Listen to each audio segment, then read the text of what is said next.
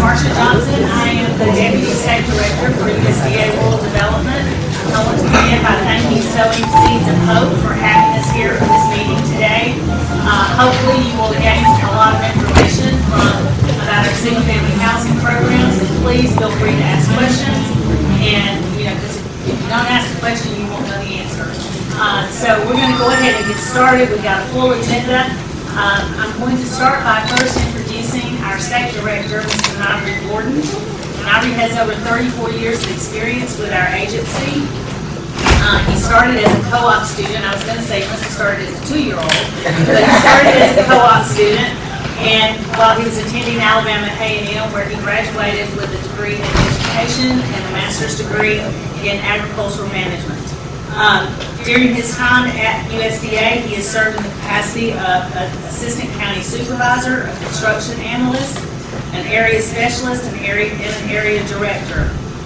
Nivory is from Wilcox County. He has a farm there, beef cattle farm, and trains quarter horses. And he does that pretty well as long as he stays away from hay balers. You can ask him about that later. So he graduated from. He is the Wilcox County president of the Wilcox County Cattlemen's Association. He graduated from the Delta Leadership Institute. He is a member of the National Cutting Horse Association membership, and he Selma Dallas Alabama A&M alumni chapter. And it is my pleasure to introduce him. He is my boss, so it is my pleasure to introduce him. Mr. Nivory. Thank you for that warm welcome. I just want to say good morning to everybody. Certainly a pleasure for me to be here today. And not only just to be here, but to be in the midst of so many people who are trying to make a difference in the lives of the people that we serve. We call this as a summit today. You know, when they talk about a summit, you go to the mountaintop, right? Or it's a meeting between leaders, people trying to get to that next level. So that's what we intend to do here today. We've been trying to assemble packagers, prospective applicants, just you name it, people in the community who are willing to reach out. There's something about housing in a community. If you can have housing in a community, you can build a community. You can create economic opportunity.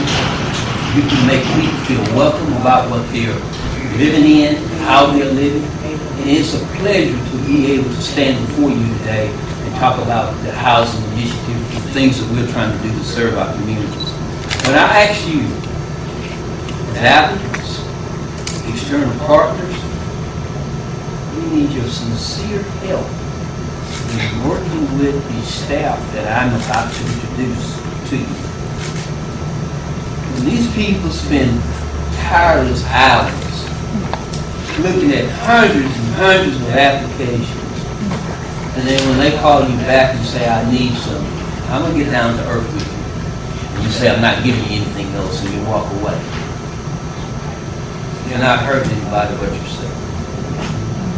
So I need you all to get with your community leaders, get with your people. When they come to you and talk to you, you tell them, I've experienced this. Sometimes it takes going to the watering trough more than one time to get what you need. But it's not a means for you to give up and walk away. And we see so much of that. Commissioner Turner is going to be here shortly. We were in Louisiana and New Orleans at the Delta Summit. I had some local leaders from various counties in the Blackbelt. And there's a reason that it's one of my goals is to streamline and help West Alabama. As I talk to the governor's office, talk to the Water and Sewers office, it is my ultimate goal is to get West Alabama where it should and needs to be. Not just talking about what has happened in our past, but let's use our past to get us where we need to be. Don't use that excuse and say, I can't do anymore, I don't want to do anymore. That is not an excuse. We as people, we go back to our churches, and you got people in your churches who are living in inadequate housing, who are not where they need to be. You need to take it upon yourself and reach back out to these people. extend your hand. Read your good book. Hand closed, nothing in, nothing will come out. So think about it. I'll pause a moment here and start to introduce my staff. And as I call your name, please stand and make a line out front if you don't mind. First to my right here is my second in command, is Marshall Johnson, who's been with us for 15 years? 14 years, and has tirelessly served in the area of the state office and the business programs, and she's led that. And I asked her to come on board with me, and let's try to lead this USDA team to where we can be and make a difference in the lives of the people that we serve. And that's what we have done. Next, I have Leah Taylor, who's our Single Family Housing Program Director. Leah comes to us with a great deal of experience. She worked in the state office, in the area office, so Leah understands when you have a housing application. When I get a complaint, Leah is the first one to hear about the complaint. It's her job is to solve that complaint, figure out what's going on. And next we have, to your right with the camera, Mr. Christian Hodges. Is a public information person. If you need to make an appointment with me, you need to see Christian. Okay? Cards up front. Cards up front. Okay. Christian, thank you for what you do. Christian is a newcomer for us. He's been here 4 months. Yeah, somewhere in that neighborhood. So he's a public information person. The next we have is Rose Norwood, area director from the county office. She serves this particular county. She serves Perry, Marengo, Dallas, Butler, Choctaw, Lowndes, Chilton, Wilcox, Dallas. I said here. I think it's about 10 counties. Then we have next is Amber Young, who's the area director from the Tuscaloosa office. She was to be serving some of you all from Bill County, Pickens, Sumter, Walker, and not Walker, but some of those other counties in that zone. But she'll be able to tell you that, and I'm sorry, Amber. She's the area director there. And next we have Karen Kelly. She's a Single Family Specialist in the Tuscaloosa office, and I certainly appreciate her endeavors. And to my far left over here, Heidi. He's Leah Taylor's number 2 person, Mr. Philip Winston. Philip got a taste of getting his training from the Blackbelt under my wing. So Philip, come on down here to the side. And next we have Mr. Lewis Berger, who's in the back of the room. He's in the Single Family Housing Division. And our baby of all, Mr. Brian Allen. Brian, come on down. I've heard some great things about you in the last 30 days. And I just want to say Brian is a young person who's just getting started, but we certainly appreciate everything in his willingness to come on board within 30 days and try to make a difference in the programs that we serve. You all stand and give these people a big hand.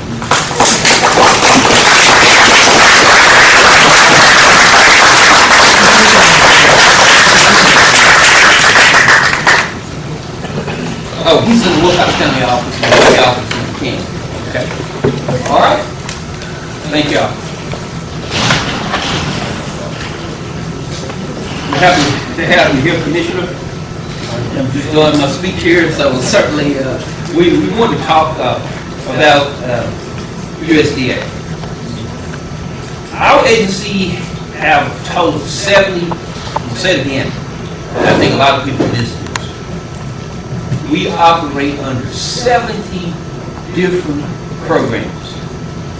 So if there's a need in your community, if you don't need housing today, I can guarantee you there's something on this agenda that will help somebody in your community. I urge you to look at our webpage and become familiar with the programs that we administer to our communities. We can build a community from nothing, from a vacant lot, to a finished community. That's the power of USDA Rural Development. I stand here firmly, humble, and proud to say I'm happy with the staff that I'm able to work with. We don't have all of the answers, but I can tell you one thing, that my staff and I are fully committed to making a difference in the lives of the people we serve. And as I look across this room, some of you have had the opportunity to work with me. and I see some of the great things that he's been able to do. And I want to say thank you for what you have done to help these communities become what they need to be. This commissioner to my right here, we were in New Orleans, and every single time that I'm in his presence, he is always asking about ways in which he can get for his community. Sometimes I think he's asking for too much, but he never quit asking. He's going to continue to ask, how much more can you do for me? What else can you do for me? But you know what? That's what you need. That's the type of things that will make a difference in the rural communities, particularly those in West Alabama who have the needs. They have the resources here and the needs over here. So there has to be a balance in what we do, but certainly I just want to be appreciative towards that. But we have single-family housing. We have several programs on single-family. You'll get the staff will explain to you full details as to what the single-family housing program can do to help people. They'll go through that. We have the multifamily, which has been regionalized, so it's not counted out of the state office, but certainly all these apartment complexes around here, some of them I personally inspected years ago, and they will be built. So certainly we do have our footprints in the multifamily housing arena. We have the community programs, community facilities, which we have water, environmental programs under that. We have the community facilities program. We can do fire trucks. We can do buildings like this. We can do police cars. We can do hospitals. We can do most anything that you can talk about in a community. So those kind of things are great. We have the energy programs. So, you know, businesses might need a cooler or something. We can do REAP grants to help them in that program. We have the business program. We have the telecommunication programs. And one thing we have on our telecommunications is the rural broadband. How many people realize when the kids couldn't go to school here a couple of months ago, and they didn't have access to valuable and adequate internet? They couldn't do their homeworks. You know, it's so sad to see school buses parked in the parking lot where kids had to go there. So we're trying to recruit groups to come out into West Alabama and let's enhance the broadband perspective of what we're trying to do. We're trying to help people to better their lives. I have a few narratives here, and I want to touch bases on that. It talks about rural communities. Rural communities play a vital part in our economy, what we do on a daily basis. One thing I can say about rural communities have been strong, and we have helped to build America. We have helped to make it what it is. We have the strength and the courage, but sometimes we're just too tight on making changes to make it better, to help our communities. And I think that we need to do a better job with that. I think we need to utilize what we have. I think everybody here can leave this meeting today and be able to share something with your church members. Don't just dump them on the area office. We've been trying to get packagers to come on board. We have Ms. Terry Charleston here today. We have Sowing Seeds of Hope. They are both going to be self-help housing providers. But it's more than that. And we talked to the mayor of Orwood, Sir, your wife. But we're trying to outreach into these communities. We can't get too many packages, and packages sometimes, in particular areas that we serve, well, we got one package, why do we need another one? It would take 10 packages to fully serve this community. And those packages can go into other aspects of the community. Our packager does a couple things here. He or she makes sure we get an application, it comes in, it's eligible. If you send 300 applications in to Camden and they don't have a 3 people evaluate, how long is it going to take them to go through your application? And don't be afraid and don't be too stout-hearted to admit when you didn't put something in there. Bring it back to their attention. And you as effective packagers can get compensated for helping these communities. So we ask that you take a good look at that. You can identify somebody in your communities who can play a role there. We want you to do that. I can get long-winded, but I want to leave one thought with you. I say that many of these rural communities, they are faced with socially disadvantaged people. They've predominantly been underserved for years and years. But this administration made it very possible for a record number of funds to be allocated to the state of Alabama. This man to my right here with Congresswoman I left here and come from the sewer's office. He worked tireless, hours after hours, trying to get funds from Selma had the disaster. But they're constantly looking for ways to provide services to these rural communities. It's up to you all. We can bring a horse to the water, but we can't make it drink. I tried it. It doesn't work out. I've ridden them down to the ground. They don't want to drink. They're not going to drink. And I'm not calling you all horses. But I'm giving you an idea. If you don't want to drink, I can't make it. But I can open the door and tell you we have an opportunity. I stand firmly to serve as State Director for Rural Development. But I want you all to know I'm proud of the people that helped us get this agency where it is today. Thank you.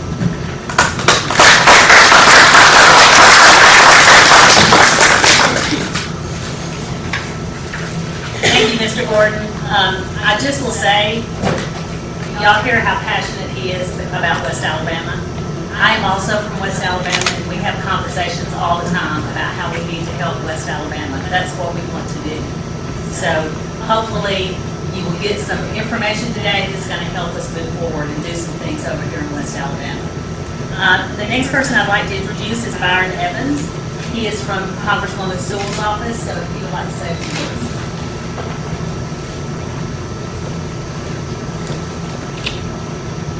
Good morning, everyone. Good morning. Bring greetings from Congresswoman Sewell's office. Glad to be here with you all today. One of the things I can say is that since I've been working here in the office is that the collaboration with USDA Rural Development, Mr. Nivory and his staff, they've been an excellent source for people to go to. They've helped us in many ways, and we collaborate very well together. What he's bringing you all today on this housing summit is an opportunity that people do not need to turn away from. I know for myself, when I bought my first home, it was one of the greatest moments, greatest feelings of my life. It brings forth a feeling of pride to have your own. So, I mean, it builds the economy, and it also helps to put money back in your pocket. So, I'm not going to say a whole lot, but I just hope that everyone will at least take a look at the programs that he has to offer. It's a great opportunity, and I wish you all the best. Have a good day.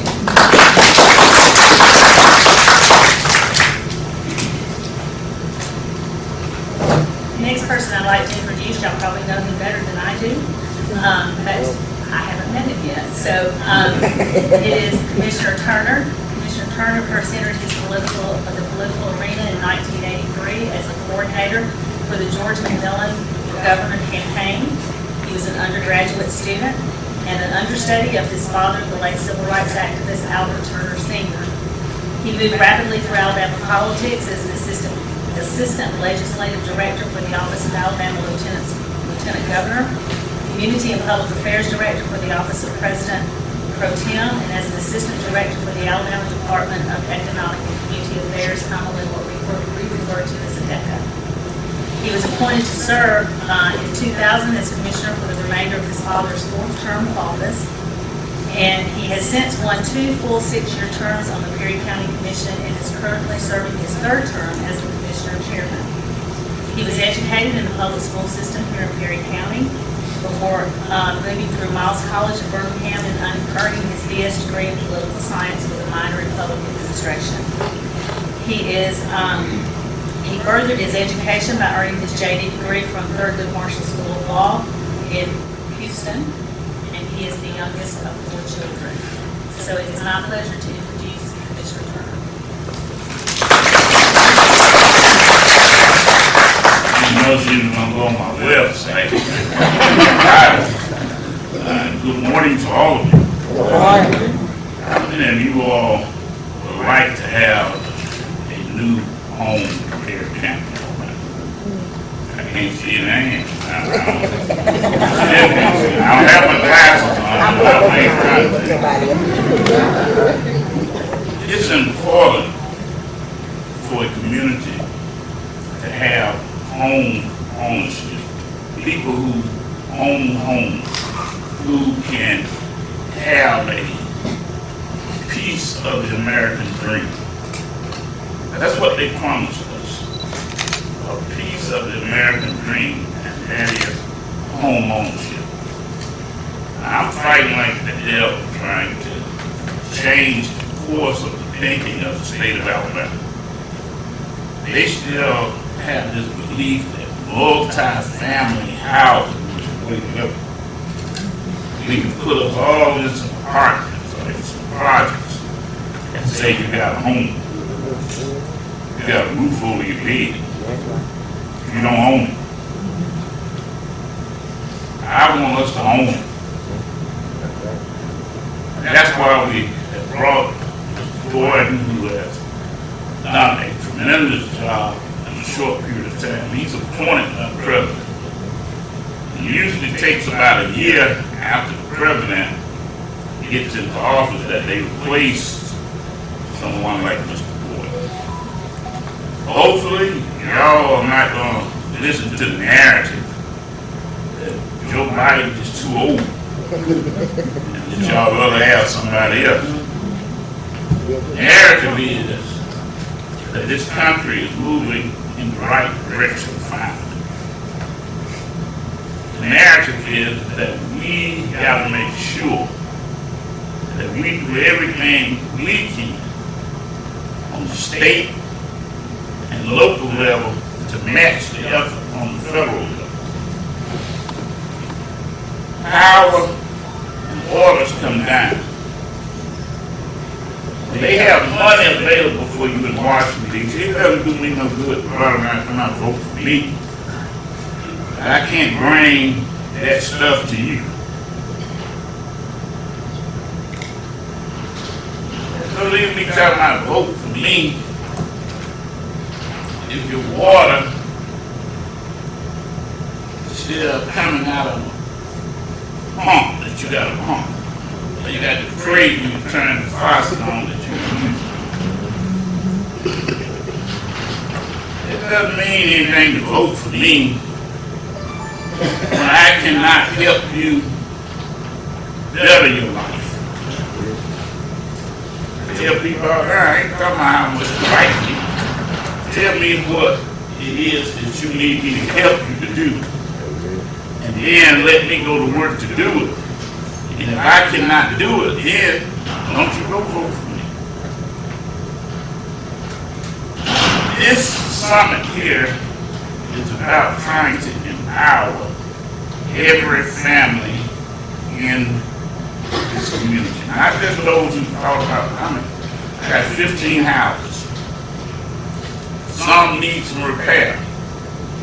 Some of you have houses that need repair. We can't wait on Sowing Seeds to beg some church to come down and put some patches over our windows. That's a good job that they do. But it's not enough churches that's going to do it. Or to build a ramp, or to build a porch, or to replace our windows, or give us air conditioning. And man died the other day and he broke my heart. That's a space he caught fire in Perry County, Alabama. It means that there has to be some change. You got to believe. One reason I was late this morning was going over the school report card. I don't care what you say. When you add up and stack up Perry County versus all these other counties, y'all sell better than Perry County. We still at the top. Mr. Gordon talked about me being in New Orleans, being in Arkansas a couple weeks from now. I'm going to be wherever some money is. That's it. That's it. Not so much for me, but for the community that I represent. If you're not there at the table, you're not going to get fed. That's why the long hours trying to make a difference is so important. Today, you will get the information. Somebody had 5 me on the phone, Mr. Porter. In the depth. So we got 16 folks that had complete applications to get some of this money for a house. I don't know who they are. Said we had 23 people that had incomplete applications. I don't know who they are. But I think I gave that man holy heck. Someone called me and then they pulled it back. Said that Mr. Trump said he didn't know nothing about these folks, getting this money, this program in his county. That's the kind of reputation I want to have. There's some money coming down. I need to make sure we, y'all know, we is Perry County. We know about it, know how to get it, and you give us some. That's what we supposed to know about. The money coming this county. She apologized now that she couldn't tell me who got this money. They gonna tell me who. They gonna do that. And I want to make sure that those 16 get what they supposed to get. And then I want to know the 23 that got incomplete applications. This program came down as a result of the Zeta storm. Now we're finna get some more money from the Zeta storm.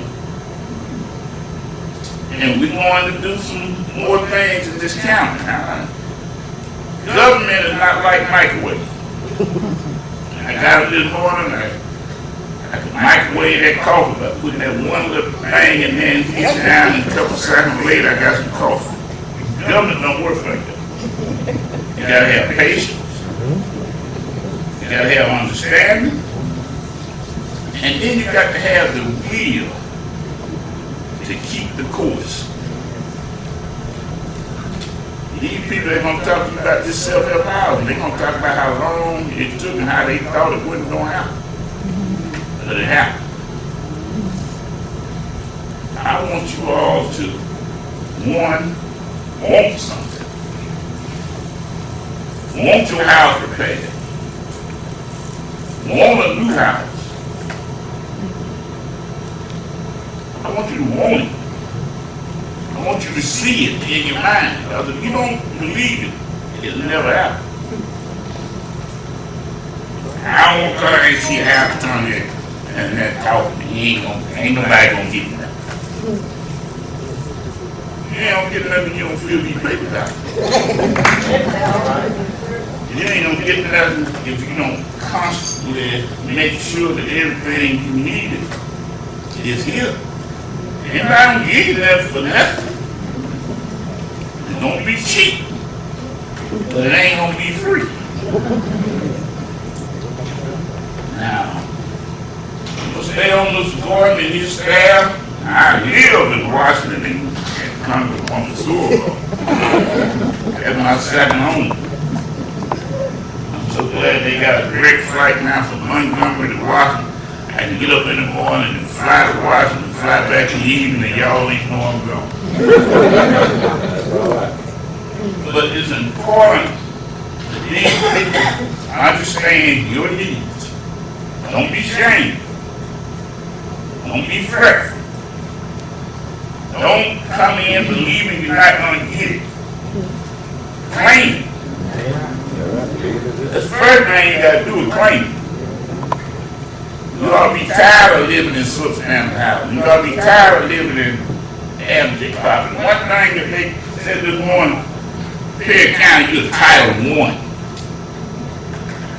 That means you poor. I told them I ain't just learned that we were poor.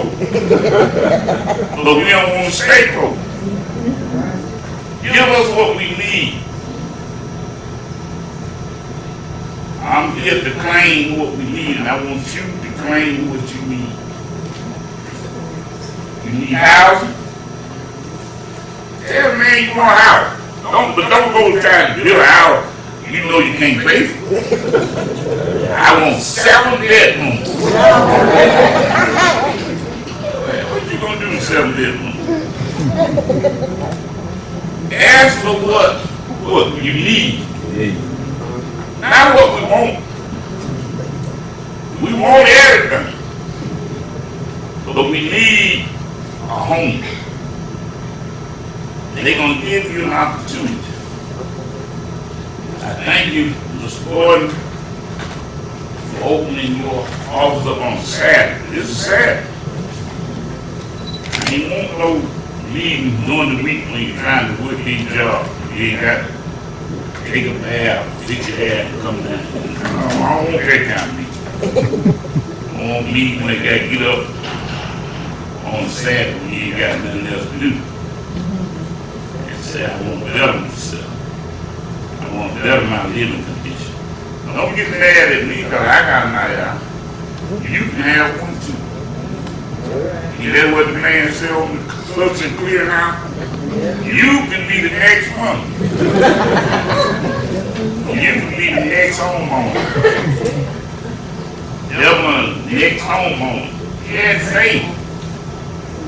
Went through it. We ain't just talking about self-help. They got some program here. They give you some help, some real help. Don't take that money and do something else with it. Don't go back on the car. This is what you're supposed to do with it. And you'll be blessed by it. I thank God for you all coming this morning because it renews my commitment. That the work that I'm doing is not in vain. I thank Mr. Gordon and his staff for coming. Congresswoman in the Sewell's office is coming because whatever we need, whatever Mr. Gordon needs, got to come from him. That's how that thing works. Mr. Gordon, all them billions of dollars. How about that $1 billion you go over, Mr. Gordon? Look, what was the last number you heard? This man here over this, how many billion? 800 billion would be half a million. You see this man? You know why I want this man here? Because he is over. He don't want him. He ain't like me. I'm just like I'm gonna sit down and just tell this. Eddie Murphy. I'm not Eddie Murphy, but Richard Pryor. He was talking about a black president. Richard Pryor asked Richard Pryor about Barack Obama. He said, well, he's a black president, but he ain't the kind of black president I would be. I was the president. I was over all these. It would have a front seat right there in the audience. I see Randy. Randy got a front seat right there. Never seen one of his papers, but he said he got it. Richard Pryor was trying to say that I would make sure that I would cut through all the red tape to keep people from getting what they need. To make sure that they got it. It's a lot of red tape when you go up there getting that federal money. They want to audit you. They want to make sure. And don't get him about the money. He's getting all these grants so he can put it in his pocket. That kind of crazy stuff is that. You don't get no grant and you put the grant in your pocket. These millions of dollars we've gotten right at Perry County this year alone, right at $16 million in grants in 1 year. Never happened before. We exceeded our grant total the previous year. Next year we're going to exceed this year. That's why Mr. Gordon, you'll be seeing me more and more. Because $800 million, I can count that for you, though. And I know that Perry County hasn't gotten their share. And Mr. Gordon, I won't buy a share. Thank Thank you all very much.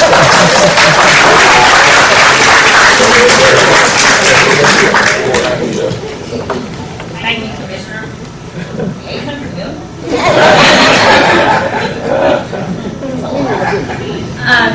Next on our agenda is Susan Jones, who is the Executive Director of Seasons of Hope.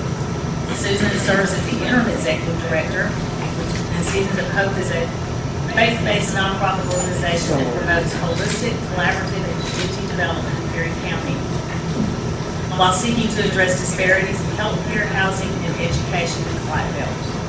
She began her association with Sowing Seeds of Hope as a college student volunteer, and she later became a member of the board of directors, joining the staff as Director of Special Projects, a role which she served as the agency's primary grant writer. She holds a master's degree in public health from the University of Alabama at Birmingham, and a master's degree in, I'm probably not going to say this right, applied theology and contextual theology from the International Baptist Theological Seminary in Prague, the Czech Republic. Jones completed her undergraduate education at Judson College here in Marion, which we hate to say this no longer exists, an institution that she would go on to serve in multiple positions, including Senior Vice President and Dean of Students. She is a native of Florence, Alabama. So I'm going to introduce Susan.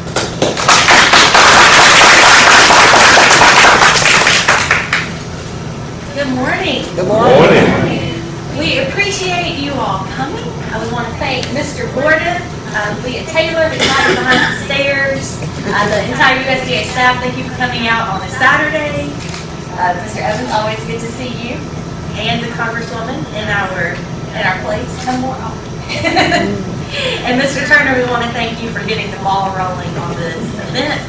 This is a great opportunity for members of our community to come out and see what resources are available. Lots of times we talk to folks about programs that we offer here at Sowing Seeds of Hope, and they're like, well, I just didn't know that was even something that could happen. So we're so thankful for this opportunity, just for y'all to come out and hear about some opportunities that are available to us as a community. Very quickly, I'd like to introduce our staff, and they are along the back wall. Could y'all just stand up where you are and let everyone see your smiling faces this morning? We have our self-help housing staff here in the back. Ann Robinson, who's our group coordinator, Marsha Ford, who's the director of that program, Delois Witt, secretary and bookkeeper, Mr. Josephus Moore, our construction supervisor. We have Ms. Cornelia May, who's one of our senior aides with Alabama Tom Bigby. Ms. Chad Nestor in the corner also works through that program. And then we have Mr. Matt Domine, who's our assistant construction supervisor. Wanted you all to see their faces this morning. Thank y'all for standing up. The program that we're going to talk about this morning that we run at Sowing Seeds of Hope, those are the people who do the day in and day out work helping our members through that. I would also be remiss not to introduce and acknowledge my predecessor in this position, Ms. Frances Ford. Wave, Ms. Ford. Ms. Ford served as Executive Director of Sowing Seeds of Hope for about 20 years, and she has shifted over to the building next door to continue in her role as Perry County Healthcare Coordinator. We're certainly thankful for her work, and many of the successes we'll talk about today were hers, or at least under her leadership. Captain of the team. So thank you, Ms. Ford, for being here. As most of you know, Sowing Seeds of Hope is a faith-based nonprofit. We're based right here in this building in Marion, Alabama. Sowing Seeds of Hope grew out of conversations with members of our community who said, you know, this is a pretty good place to live, but let's talk about some ways that we can make it even better. And what they found out when they all got around the table was that regardless if they were young, old, if they had some means or maybe they had limited resources, whatever the color of their skin was, basically they all wanted the same things. They said, hey, we have a long way to go in housing in our community. We need to improve healthcare. We need some more jobs and some better jobs. There are some ways that we can make our educational system better for our children. And so Sowing Seeds of Hope was birthed out of that desire to continue to strengthen our community, to find ways that we can work together, and to keep getting better and better. Because regardless of how many strengths your community has, there's always room for improvement. So for the past 2 decades, Sowing Seeds of Hope has been working to address those issues. We work in partnership with a variety of organizations. USDA is a great partner to us. And we try in our own way to bring in resources from different agencies and to turn those resources into programs that benefit our community. Those programs range, across a variety of different issues. We do everything from parenting class to GED prep, health education, workforce development. But we also have a program that we're very proud of, a USDA Mutual Self-Help Housing Program. So just for a couple of minutes, I want to give you a little overview of that, how it works. And then we will get to hear from one of our homeowners who has built a home through that program. So essentially how the self-help housing program works is that low and very low income families who have good credit and the ability to repay a low interest loan can apply for a loan through USDA to become a homeowner. Sowing Seeds of Hope receives a different sort of grant to provide some technical assistance to homeowners to kind of help them walk through the process. But the family would apply for a 502 loan. And then if they're approved, we help walk them through the process of becoming their own contractor and building a home. We have a staff, our construction guys in the back will help them as they hire subcontractors. And this is a really important part. They also help the families learn some things about how you build a house. Because of this program, the families actually contribute what they call sweat equity. So the families are helping build the house, and that's part of why you can have a house at a more affordable price, because you're actually putting in some labor for the house. It's really a remarkable program. I know this board will tell you that when they were starting self-help housing, there are a lot of people in the community who said, this isn't going to work. People aren't going to pay their note on their house. People aren't going to take care of their house. It'll end up looking like, the houses that you're saying you want to try to help people move out of. But what we found, we've had 21 families, we've completed 21 houses. So far, we haven't had a single missed payment, and all of the homes are in good repair.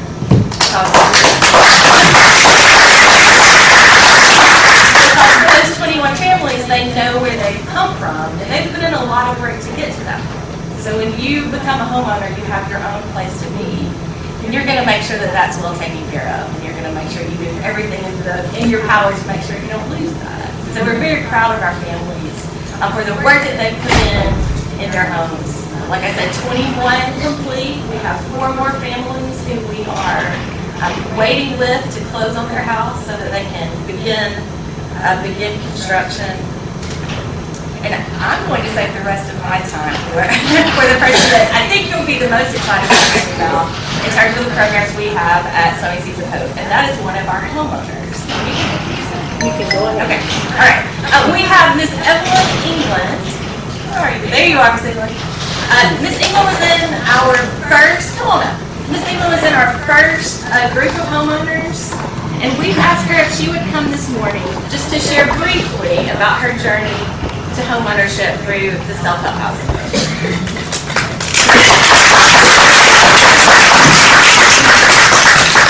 Greetings, everyone, and welcome. Genesis chapter 1, verse 1. In the beginning, God created the heavens and the earth. That is the name and the motto of Group 1.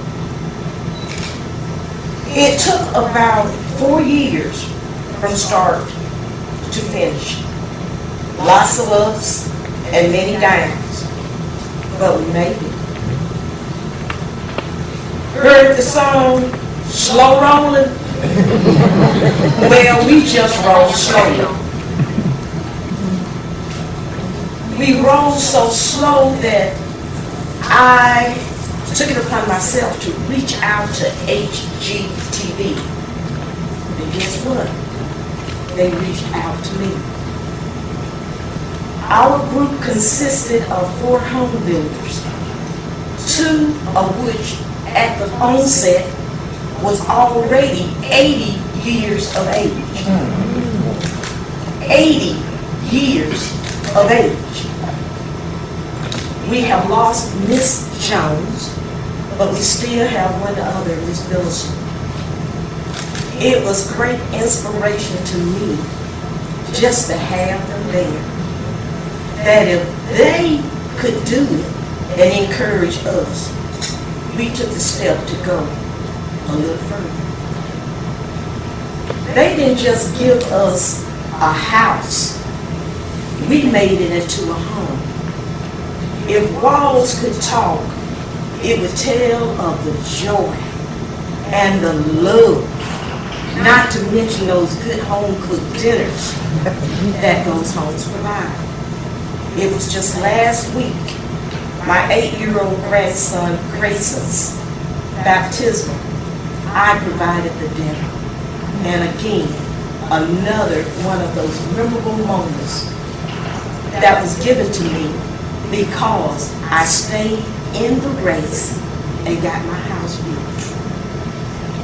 Now, it's not easy. I can tell you from experience, it's not easy, but it was well worth it.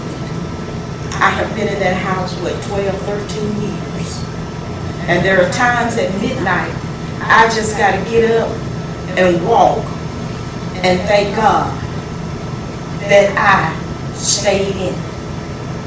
Because many of times I could have dropped out. But I'm glad I stayed in.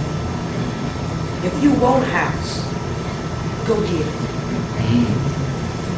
I said, if you want a house, go get it. And fight to stay in it. We were the very first group, and all of us are still in our homes. And I heard that all the rest are still in their homes. It's worth it. It's worth it. Something worth fighting for is worth keeping. Ain't nobody got nothing to do with you in your house. You know, it started slow. I'll be the first to tell you, it was slow. But once we got started, the community could see that something is happening. You know, you would come home and find the road full of cars just looking at the foundation. Because it was an exciting time. Something was finally being done. I love decorating. God gave me a house, so I have a bigger platform to decorate. Right now, we talked about 7 bedrooms. I might need 7 bedrooms because I have acquired a few more possessions. But I thank God every day for my house, because it actually took me 24 years from vision to fruition. 24 years. I began when the girls was very small. I read and invested in blueprints. I wanted to be more knowledgeable about things I was entering into. So I went to Walmart and I bought blueprint books. So it was a game with me and the girls. We would write our name on a house. Oh, we're going to get this one. Flip a page. Now we're going to get this one. Well, after about a year or so, they no longer want to participate in that game. They're like, we've been doing this and we haven't got a house yet. And I says, one day. So they said, well, Mama, we're graduating and it's just you now. You don't need a house. I let them think what they wanted to think, and I thought what I needed to think. I did not lose my dream of a house. And I was signing on the dotted line when I called and said, y'all remember the game we played for you girls about the house and the blueprint book? Yeah, what about it? I says, I'm getting that house. Don't matter what others think. You know what you're doing. And if it takes 24 plus years, you keep the faith. You keep the faith. I'm a living witness. It was not easy. Everything that could have went wrong, it went wrong with me. But I stayed in it. I have a beautiful home. If I do say so myself, I have a beautiful home. Something that makes me get up at night and thank God for keeping me keep the faith. And guess what? You all can too. I would like to thank Sowing Seeds and their entire staff for being there. I asked a lot of questions. And I didn't stop asking questions. I gotta pay this note, somebody gonna tell me something. Not only did it take that long, but I worked in Montgomery. So my commute was like 180 miles per day. 180 miles per day. I was determined.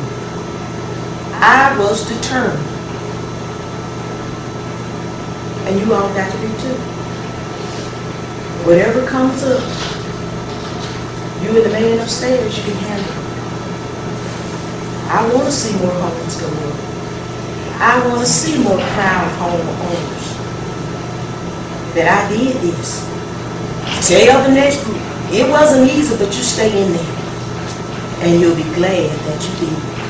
You all go out and get your house. You deserve it.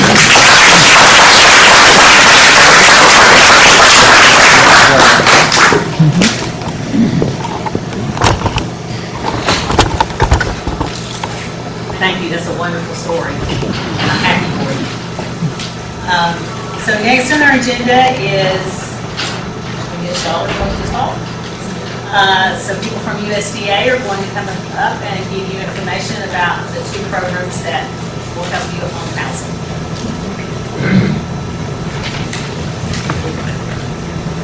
Hello, everyone. Hello. I work at the Tuscaloosa office and serve 9 surrounding counties. I get to make decisions on the loan applications that I receive, but I don't approve or deny the loan. You do. So if you want to get a house, you make sure that your credit's where it needs to be. If it's not, we can help you work on it and get it there. It don't take much time. You can monitor your credit these days and keep track of the score. I'll help you. We are all equal at the foot of the cross, and everybody deserves. If you want a house, you should get a house. And I just get so excited when somebody is approved and they move in their house, and it's very rewarding. And like I said, it's just great to see people get to do that. And also, children are part of their environment. So if it was good enough for mom and dad, grandma and grandpa to rent or live in multifamily, it's good enough for me. It's not. No. Change it. Let them kids know they deserve a house, a yard, dogs, whatever that looks like. It can happen. It's not out of reach. So fill out the application. Sometimes we've got a backlog and it might take a little time. It won't take 24 years.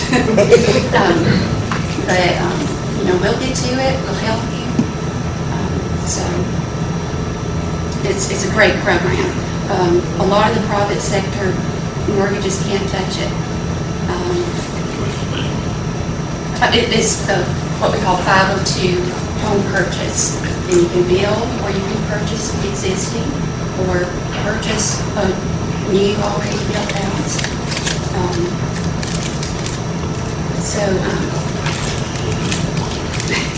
The qualifications. I used to say you have to live in a rural area. Really, you get to live in a rural area, because I love living in the country. You've got to fall within the income limits and credit qualify. So you would fill out your application and get credit qualified first. You don't have to have perfect credit. If you've got some blips on there and they were extenuating circumstances beyond your control, you take that into consideration. And then, once you get credit qualified, we tell you how much you're eligible for. And the maximum sales price limit is $377,600. That'll buy 9 sets.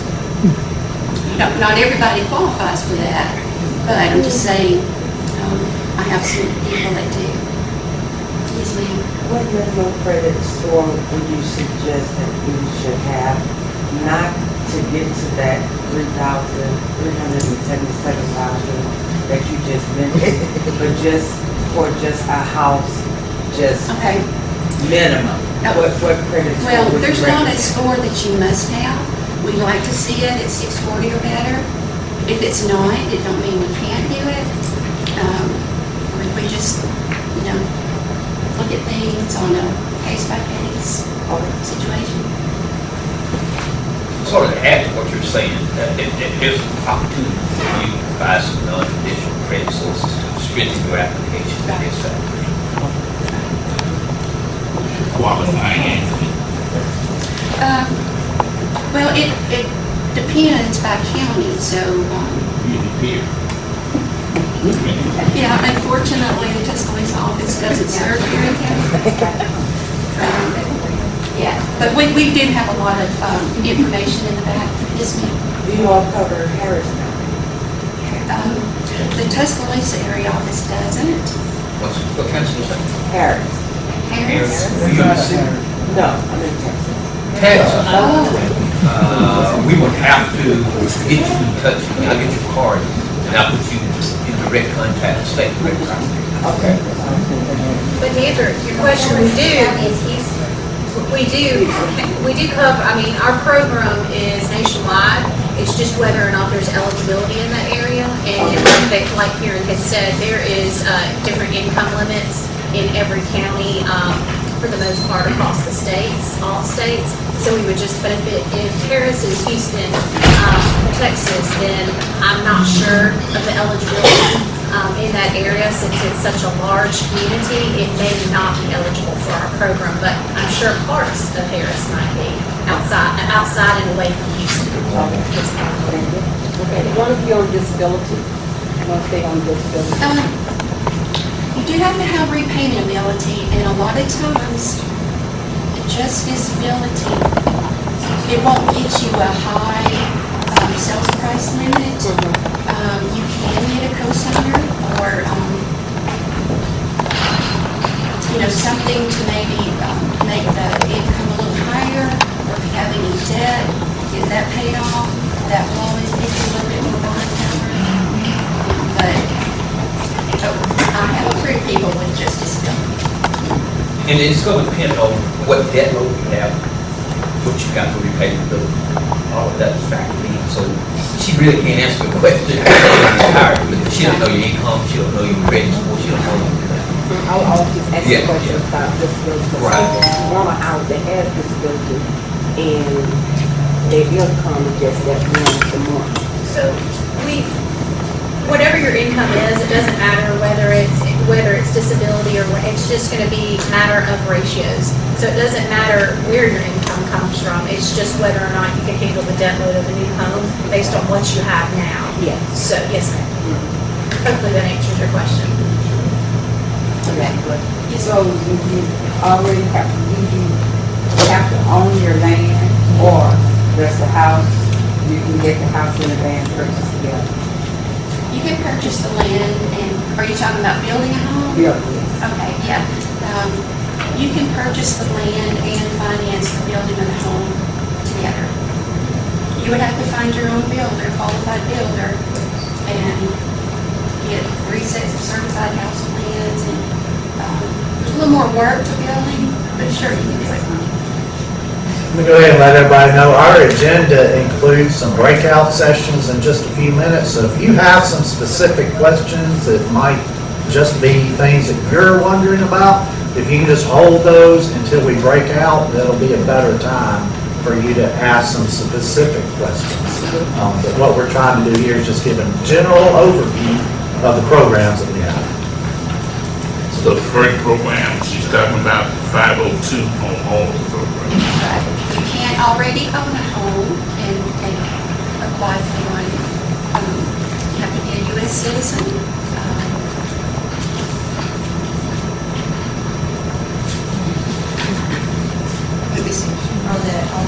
income requirements for Perry County. Okay, those are the number of people in the household for one. So, for one person in the household, Perry County is $2,150. As long as your income is at that or below, then you within that income limit for the direct liability program. We don't understand what you're saying. Okay, the income limit. So your income that's coming, yeah, okay, we can have that in the breakout session. So we can have one-on-one conversations with everyone, okay?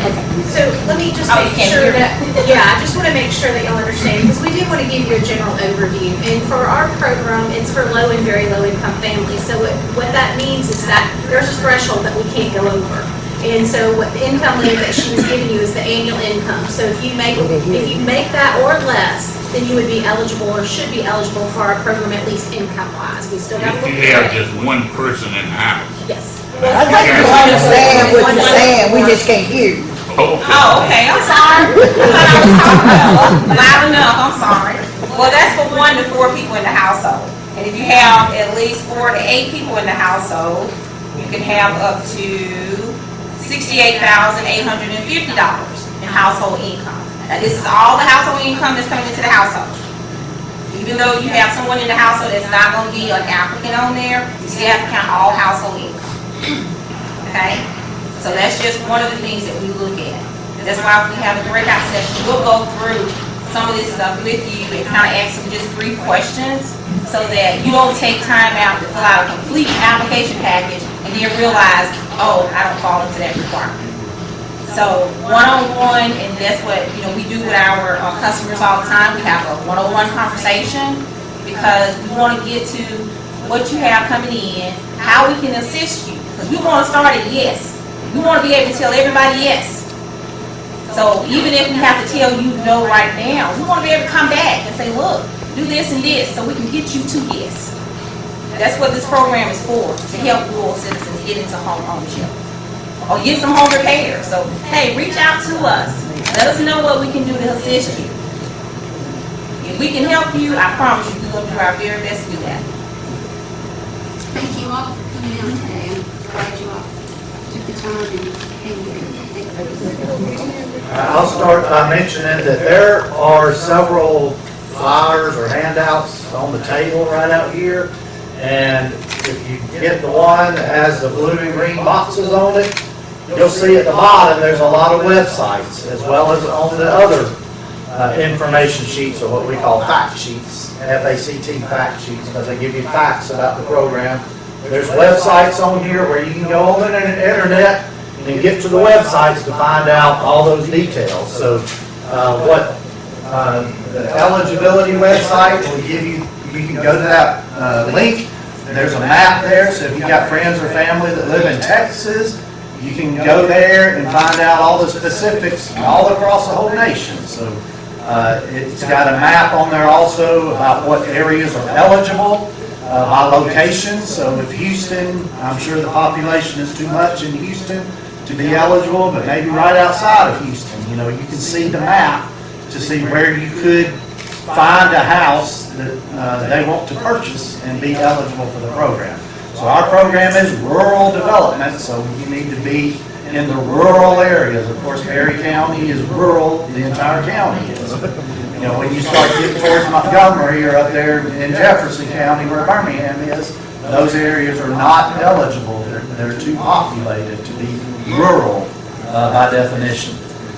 The program I do want to get into is the 504. Don't worry so much about the numbers. Karen talked about 502, which is a purchase or construction of a home. Our 504 is about the repair program. So if you call the office, whether it's in Tuscaloosa or Camden or people in Texas, they're going to call wherever the office is in Texas. Just say, I want to know about the repair program. They'll know what you're talking about, so don't get caught up in the numbers. But it's the purchase or construction is what Karen talked about. The repair is what I'll talk about. Our repair program basically has 2 legs.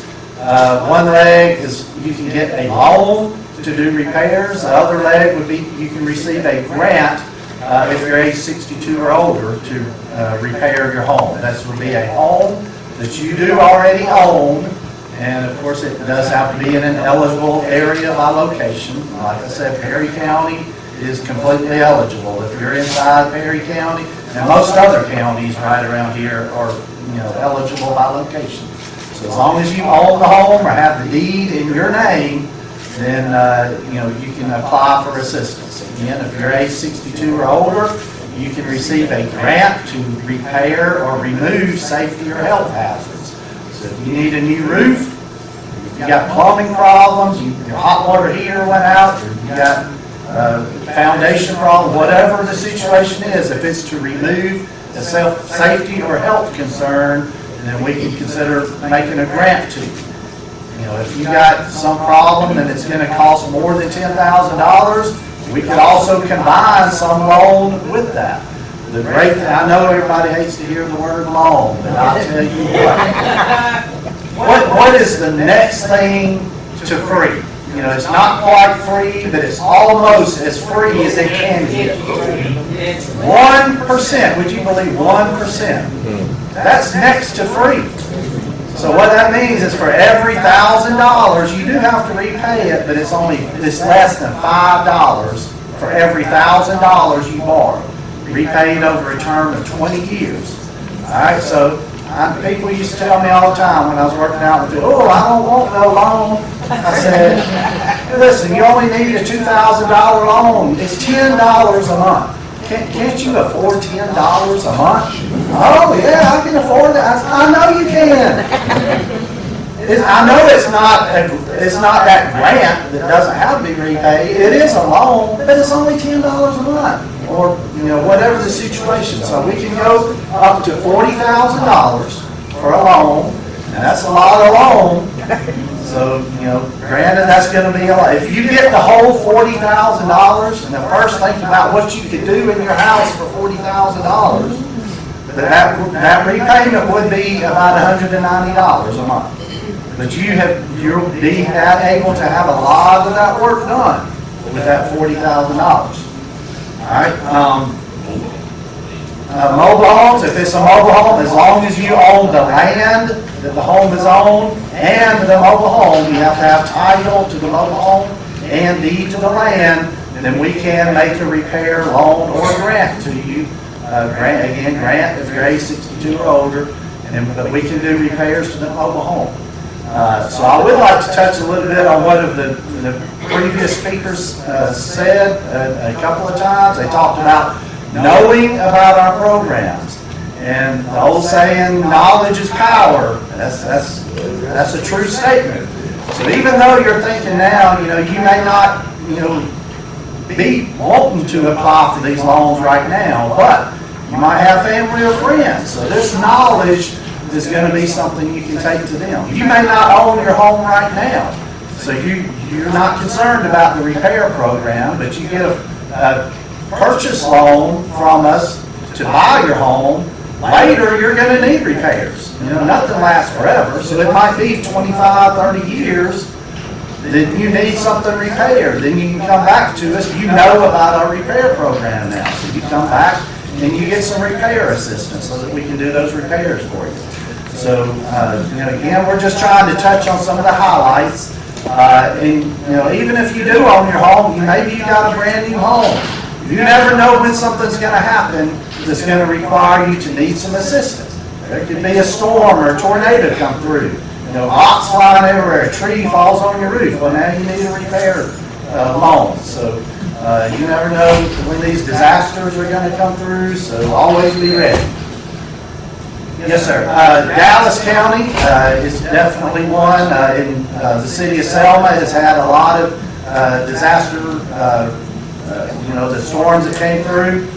We had two presidentially declared disasters in 2023. So we got a lot of disaster funding that we can provide. The normal $10,000 grant that we can provide for anybody was increased for people that had disasters damage. Those grants can go up to $40,675. So if you know somebody And now I will say the time is ticking on those. There is a certain amount of time that they do have to apply for that additional assistance. And that time is almost up. So if you know some friends or family that has some disaster damage, and they're in a presidentially declared disaster county, then they can apply for assistance through those programs.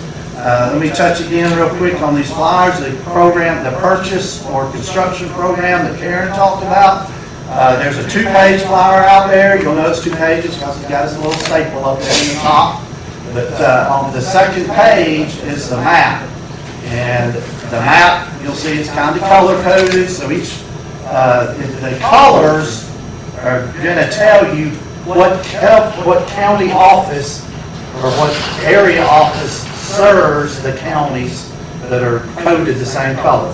So then on the bottom right, it'll give you the phone number. It'll tell you where the office is located, and it'll give you the phone number so you can contact them. So feel free to pick up that. The single page handout out there on the table, it has the map on the back, but this is for the repair program. So the front will tell you about the repairs, and the back has the map, so you'll know based on what county you live in, what office you need to contact to talk about the program. But like some of the other speakers have said, especially the commissioner here, talked about how long the process is, and it is. It's not a microwave. We do work for the government, and we're limited by the funding that we get from Congress. And y'all all know how getting money out of from Congress is. But the sooner you get the process started, the sooner you'll get to the finish line. And when the homeowners read the scripture in Genesis, one of the things I think about is, the race. The scripture that talks about running the race. The sooner you get across that starting line, the sooner you're going to get to the finish line. So that being said, I think I hit all the highlights. Okay, so I'll turn it back over to Marshall.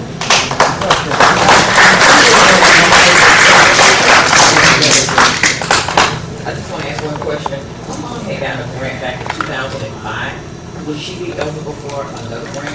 The grant is a lifetime limit, and in 2005, let me take that back, because in 2005, the grant limit was $7,500. But now it's increased to $10,000, so that's an additional $2,500. So yes, it is a lifetime limit in that you can only receive that limit over your lifetime, the $10,000. But in 2005, she only got $7,500, so she can apply again for the other $2,500. What county are you in? Gary. We had a disaster. We had a disaster declaration on the later Saturday. They only increase, that's not included in this last. No, sir. We didn't, it wasn't asked for the way it was asked for itself. At that time, when it happened, it had been asked for the exceptions, and we got those exceptions. So we had to stay with what was on the normal protocol. That's something that Ms. Taylor went up the line and asked for through the settlement at that time. It's new. Previously, unfortunately, when Sally and Zeta were there, the national office, they didn't give us that latitude to ask for exceptions. They were like, this is what you got, and this is for disasters, you use it for everything. It's only been in the last year and a half that they've even been willing to explore giving us exceptions for any areas that have been presidentially declared disaster areas. And they are working on potentially, increasing these areas and making this more of a norm for disasters so that we don't have to go out there and get those exceptions. But this is just something new that our agency is finally willing to do for us. The county does have a grant award of $5 million for housing. And I'm going to talk with Mr. Gordon, Ms. Ford, and some others how we can craft a plan so that individual homeowners in Perry County can access some of that $5 million. How much of that $5 million we're going to put in the Barnett King Center. There's gonna be some going in there, but you know, I can foresee about 2.5 million going to try to help rehab some housing in Perry County that we locally will have direct control over. So that is something that we're going to be formulating, and as a result of this meeting here, it's giving me some ideas of how we'll be able to, because we don't have a housing authority. The county does, the city does, but the county does. And we are talking currently with Dallas County, the city of Selma Housing Authority director, about one coming in, buying houses and property that people won't pay their taxes on. You know, people was hollering about, y'all went up on our tax, I ain't gonna pay. Well, don't pay. I got somebody that's gonna come in and buy, and then we'll get it to us. So we can have some property, have some houses that we can go in and rehab. So our minds turning on how I'm gonna use this $5 million and how much of this $5 million when it gets to this housing program from salary and labor. And rehab is one of the things that we're gonna be looking at doing to try to help solidify our housing market. On the agenda, we have got Q&A and then the breakout session, so we're just gonna move to breakout sessions, or we're gonna do Q&A? Yeah, and I think what we'll probably do is kind of change the way we were gonna do the breakout sessions. I think we might just break it out into 2 sessions. One for people who are interested and want to talk about home ownership, and maybe the groups that are possibly interested in talking about repairs, and that way we can get a little bit more detail and some questions and answers. We might not necessarily be able to talk about specific scenarios, but at least we can give you a little bit more detail, let you know who to call, how to go about the process, and